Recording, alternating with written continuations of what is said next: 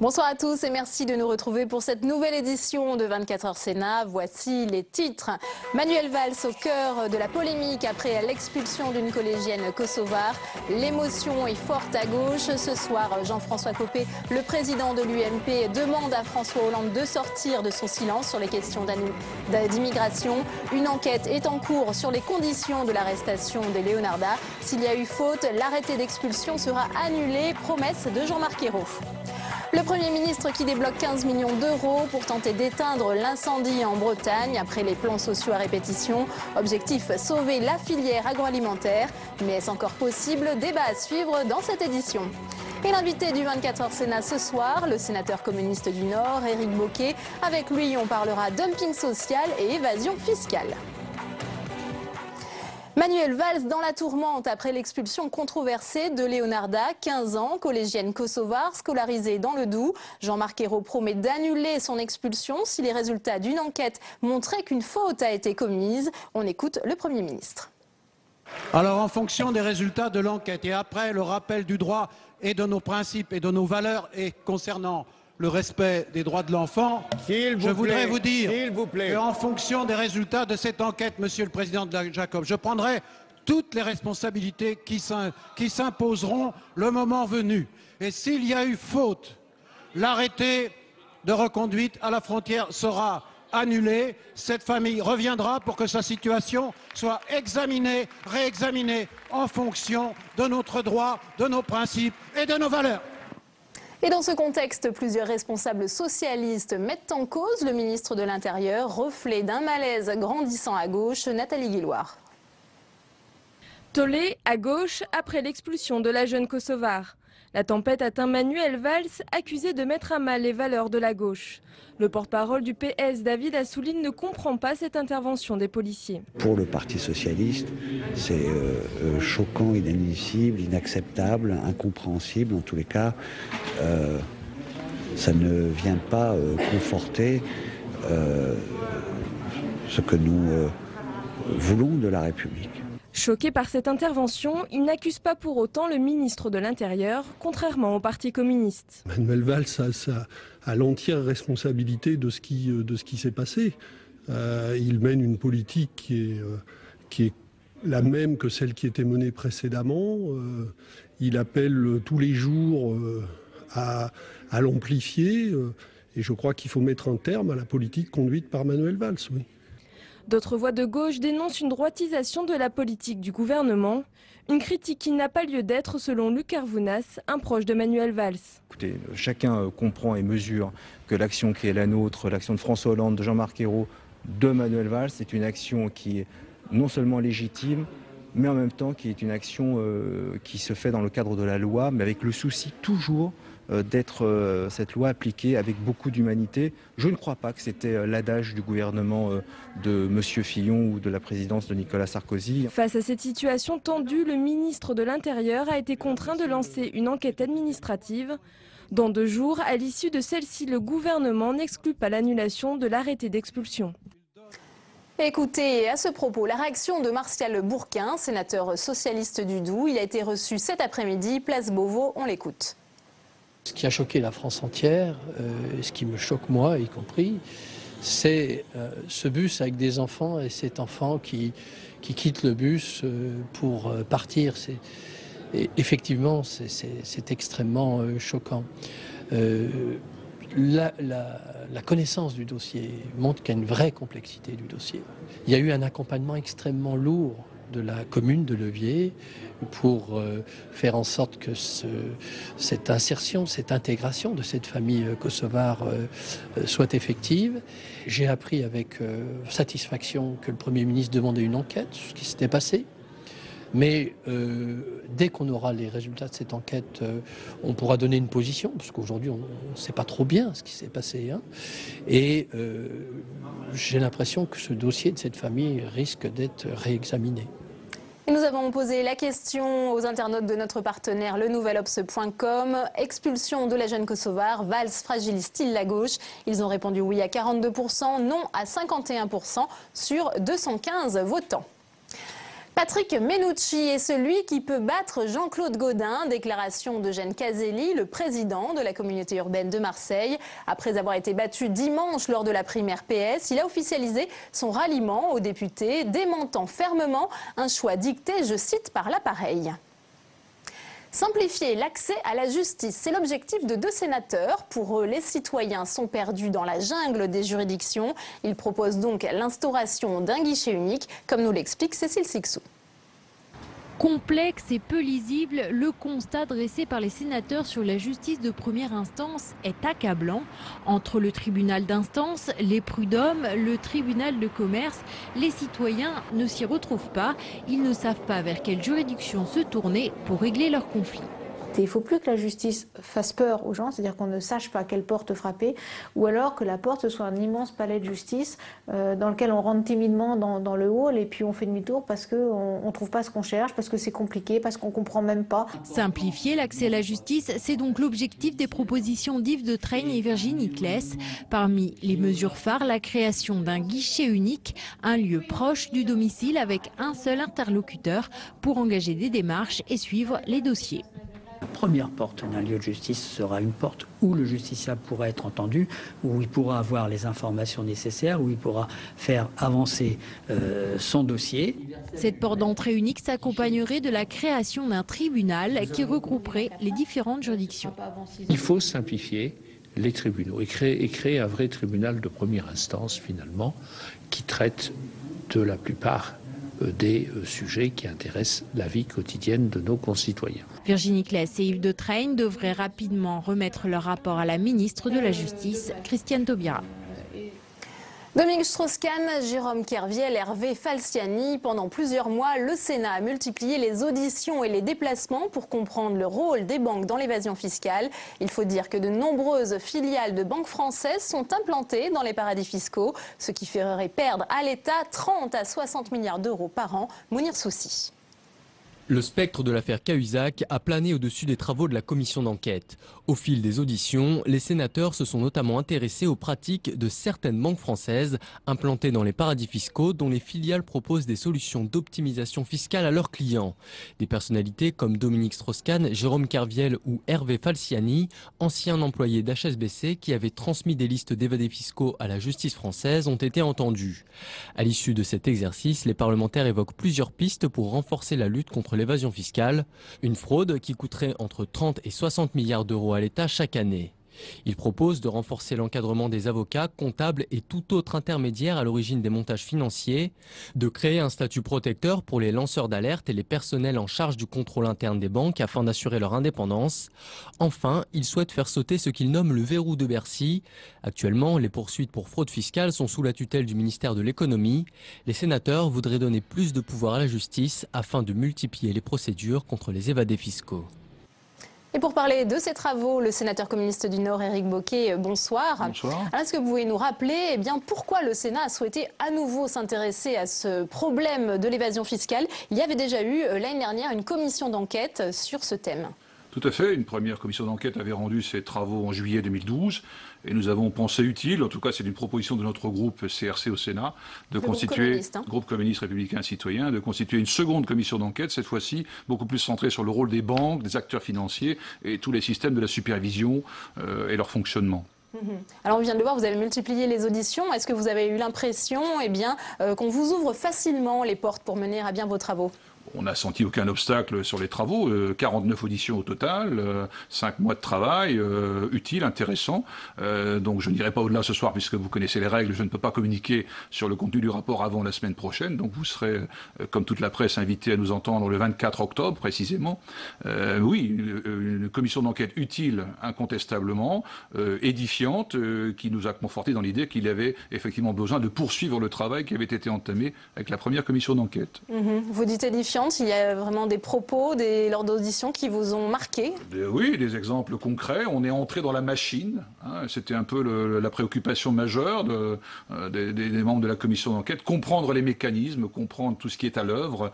Et l'actualité nous a porté, bien évidemment. Vous avez cité Cahuzac, vous avez cité des auditions utiles. Et tout cela a permis d'avancer dans nos réflexions et nos propositions. Vous avez le sentiment que l'opinion publique est plus réceptive justement à ces questions d'évasion fiscale, notamment après l'affaire Cahuzac? J'en suis convaincu. Je pense que le climat a changé. Je veux dire, on ne parlait pas d'évasion comme on le fait aujourd'hui il y a 1 an ou a fortiori 5 ans. J'en veux pour preuve l'inscription à l'ordre du jour des G8 au mois de juin en Irlande du Nord et du dernier G20 à Saint-Pétersbourg de cette question à l'agenda. Ça n'est quand même pas rien, ça ne règle pas tout, mais le sujet est devenu incontournable et c'est devenu un sujet citoyen et c'est dans ce sens-là que nous avions l'intention d'avancer, que tout le monde s'empare de cette question qui nous concerne directement tous en tant que contribuables. Sujet citoyen, mais sujet encore tabou quand même. Il y a des résistances, il ne faut pas se cacher que la place de la finance est considérable dans ce monde. Hein. Les enquêtes Offshore Leaks, par exemple, l'ont démontré très habilement. Oui, et les banques là-dedans ont un rôle particulier. C'est une machine très complexe, très intelligente, très puissante. Les montants en jeu sont colossaux. L'ingénierie à l'œuvre est absolument aussi colossale. Donc il faut un peu bien comprendre la machine pour tenter de la combattre. Lors de vos auditions, vous aviez entendu Monsieur Condamin-Gerbier, donc qui est gestionnaire de fortune chez Rail. Il a été arrêté par la suite. Est-ce que dans vos préconisations, vous pourriez demander la protection de ce qu'on appelle ces lanceurs d'alerte? Le débat était venu, je me souviens ici même, et comme à l'Assemblée nationale, par rapport à la loi contre la fraude fiscale. Donc le débat est revenu la semaine dernière au Sénat. Donc cette question a été posée, a été discutée par l'ensemble des sénateurs. C'est une question, effectivement, sur laquelle il faut se pencher avec sérieux. Alors, vous avez une double actualité, Éric Bocquet, puisque cet après-midi, une proposition de résolution européenne a été votée à l'unanimité. Elle concerne l'amélioration des conditions dans lesquelles travaillent les travailleurs détachés au sein de l'Union européenne. Pourtant, hier, il y a eu un échec de la réunion au Luxembourg des ministres européens du travail sur cette question. Que peut faire le Sénat pour améliorer les conditions de travail de ces personnes? Alors effectivement, le Sénat a examiné cet après-midi une résolution qui avait d'abord été adoptée en avril dernier à la Commission des affaires européennes, puis adoptée par la Commission des affaires sociales, également à l'unanimité. C'était à nouveau le cas aujourd'hui, après un débat fort intéressant sur cette directive européenne qui, au départ, visait à encadrer les choses pour protéger le statut des travailleurs détachés. Mais l'élargissement de l'Europe, sans poser la question de l'harmonisation sociale au cœur de l'Europe, et la crise qui sévit depuis quelques années a largement encouragé à tous les contournements et fraudes qu'on peut imaginer sur ce sujet. Donc il y a lieu effectivement de renforcer cette directive, c'est le sens de cette démarche. Cette résolution est devenue celle du Sénat et elle appuie les démarches du gouvernement français. Je ne suis pas surpris de l'échec constaté hier au Conseil des ministres européens de l'emploi. Ça fait des mois, des années que ça traîne puisqu'il y a des forces antagoniques au sein de l'Europe. Il y a des pays entrants et les anglo-saxons qui ne sont pas très allants sur une réglementation plus dure. Et à l'inverse, des pays comme le nôtre, l'Espagne, l'Allemagne, qui souhaiteraient une réglementation beaucoup plus sévère, beaucoup plus stricte. Voilà, c'est une question de rapport de force au sein de l'Europe aussi. Une dernière question, Éric Bocquet. Peut-être je vais vous faire réagir à l'expulsion controversée de cette jeune Kosovare. Quelle est votre position? Je suis inquiet de cette escalade. À quelques jours après Brignoles, on parle de l'Europe. Là, quand on voit dans le centre de tous les pays européens toutes ces tendances qui se manifestent, qui s'expriment politiquement, de la Hongrie à la France, il faut faire attention. Ça n'est pas la gauche, effectivement. Ça n'est pas la gauche. C'est pas ainsi notre conception des droits de l'homme. Et il faut arrêter cette dérive suicidaire et dangereuse. On sait que Manuel Valls est la cible de beaucoup de critiques aujourd'hui, notamment au sein même de la gauche. Est-ce qu'il doit démissionner? Écoutez, c'est à lui d'en décider, c'est peut-être au président de la République d'en décider, mais écoutez, il faut arrêter cette escalade et quelle que soit la solution pour l'arrêter, voilà, libre à lui de choisir la façon de régler ce problème. Merci beaucoup Éric Bocquet d'avoir été l'invité de 24 heures Sénat et on attend donc les conclusions de votre rapport la semaine prochaine. 24 heures Sénat, tout de suite le débat.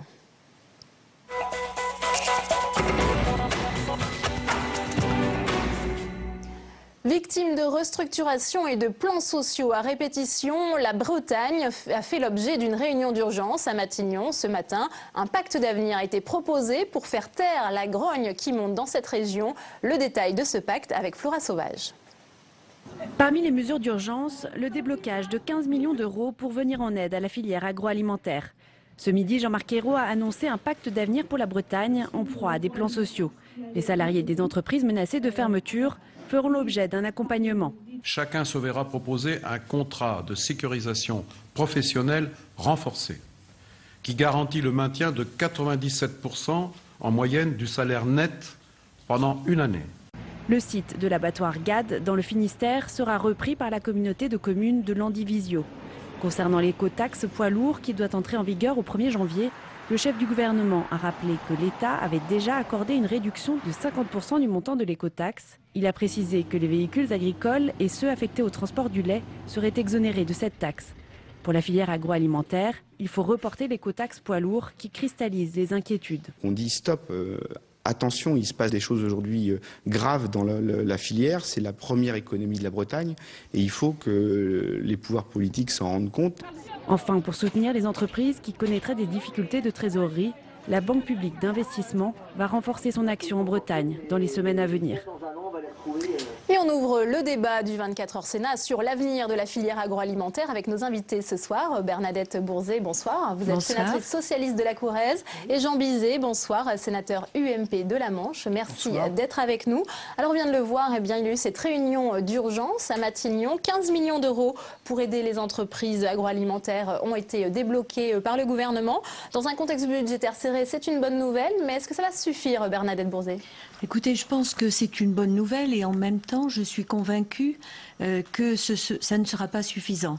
Je veux dire par là que nous sortons, avec mes collègues du Sénat, d'une mission d'information sur la filière viande, dont la rapporteure était Madame Gouache avant, où nous avons pu constater l'état véritablement préoccupant des filières volailles et porcs en Bretagne, sans compter les autres filières bovines et ovines, mais qui sont moins centrées sur la Bretagne. Et nous avons pu voir effectivement qu'il y a une perte de compétitivité, une perte de production dans ces domaines, moins de 2 millions de porcs en 10 ans sur la Bretagne, 9% d'importation de poulet de consommation il y a 10 ans. À l'heure actuelle, 48% des poulets consommés en France sont importés. Donc il y a véritablement une crise et il faut réagir. Alors, peut-être Jean Bizet, de quoi souffre la filière agroalimentaire en France? Est-ce qu'elle souffre de la concurrence européenne? On sait que les abattoirs bretons, GAD notamment, ont souffert de la concurrence allemande. Oui, entre autres, si vous voulez. Mais le problème, c'est vrai qu'il y a une grosse perte de compétitivité qui ne date pas, je dirais, d'aujourd'hui, qui date d'hier et d'avant-hier. Quand la France court après des subventions, eh bien d'autres pays, notamment notre plus proche voisin, l'Allemagne, courent après les volumes de production. Et qu'est-ce qui gagne au fin de compte? C'est notre voisin allemand. Quand on voit qu'il y a une quinzaine d'années, tout simplement parce que produire était devenu quelque chose un peu péjoratif, si vous voulez, eh bien la France produisait pratiquement 25 millions de têtes, entre guillemets, de porcs. Aujourd'hui, nous en produisons 24. Quand parallèlement, pendant ce même laps de temps, eh bien l'Espagne et l'Allemagne étaient à 30-35 et aujourd'hui ils sont à 40-45, si vous voulez. Eh bien, on paie tout ça, on paie, je dirais, des décisions en matière environnementale alors que ce sont des transpositions de directives. On parlera de l'écotaxe peut-être un peu plus tard et dans ce débat. Je me suis largement battu à l'époque quand c'est passé au Parlement. J'ai réussi simplement, avec l'appui des élus bretons, à récupérer une exonération sur la filière collecte de lait, mais c'est nettement insuffisant. Est-ce que vous partagez le diagnostic de Jean Bizet, Bernadette Bourzé? Je partage le diagnostic sur la perte de compétitivité. Il faut y ajouter d'ailleurs, au-delà des normes qui sont généralement plus strictes en France que dans le reste des pays européens, il faut y ajouter quand même la question de la directive de détachement des travailleurs. Alors justement, ça c'était en débat cet après-midi au Sénat. Oui. Est-ce qu'il y a quand même un problème de concurrence européenne sur les abattoirs en France aujourd'hui? Exactement. Et cette directive, elle est effectivement utilisée à plein, notamment par les abattoirs allemands, qui sont devenus extrêmement performants, très modernisés d'ailleurs, mais également employant cette main-d'œuvre qui coûte, selon les cas, 4 à 5 euros de l'heure, quand dans notre pays c'est beaucoup plus élevé. Et il faut aller effectivement vers une simplification des normes, en particulier environnementales. Vous avez évoqué l'écotaxe, c'est un handicap. Je rappelle que c'est quand même le Grenelle, c'est-à-dire 2008-2009, et que l'appliquer en 2014, c'est quand même avec 5 ans de retard et une perte d'efficacité. Mais en Bretagne, on a souligné à juste titre que les normes d'installation, en particulier des porcheries, étaient beaucoup trop strictes, et un travail est en cours pour modifier les autorisations en enregistrement jusqu'à des élevages de 2000 porcs, ce qui sera effectivement un allègement de la norme, tout en essayant malgré tout de préserver l'environnement, parce que la situation de la Bretagne en matière environnementale est loin d'être satisfaisante. D'où le plan de méthanisation du ministre Le Foll, qui propose effectivement de traiter cette question. Jean Bizet, je vous écoute. Oui, non mais le problème, si vous voulez, c'est que cette perte de compétitivité, elle est inhérente à la filière agroalimentaire française, alors que nous avons les agriculteurs les plus performants qui soient, tout simplement parce que c'est le mal français. Cette complexité administrative, cette surtransposition de directives, et vous avez parlé de la directive détachement des travailleurs. La directive de 96, libre circulation, je dirais, des personnes, partait d'un bon sentiment, c'est-à-dire créer un grand marché unique. Il y a eu dérive de cette directive. C'est la raison pour laquelle, en mars 2012, je dis bien en mars 2012, il a été, je dirais, créé une directive d'application qui a pour but de corriger cela. On en a débattu toute l'après-midi. Mais, si vous voulez, pour moi, je pense que c'est un état d'esprit. La productivité agricole, il y a une quinzaine d'années, a été considérée comme quelque chose, je dirais, de plus à la mode. Alors, c'est vrai qu'il y a eu des dérives environnementales, notamment dans la région Bretagne. Et la terre a de la mémoire, si bien qu'aujourd'hui, grâce à à cause plus exactement de la percolation des sols, eh bien, les taux de nitrate avaient atteint un degré important. Simplement aussi, ce qu'il faut dire, c'est que les agriculteurs ont corrigé cela. Mais les délais de, je dirais, de remise en ordre de tout cela demandent du temps. Et moi, je souhaite, si vous voulez, que les 15 millions d'euros qui ont été mis sur la table, c'est vrai que ce n'est pas un problème, c'est très bien. Faut être honnête intellectuellement. Faut être intellectuellement honnête. Bien sûr que c'est un effort du gouvernement, mais c'est un état d'esprit. C'est la raison pour laquelle moi j'interpelle précisément M. Le Foll demain là-dessus.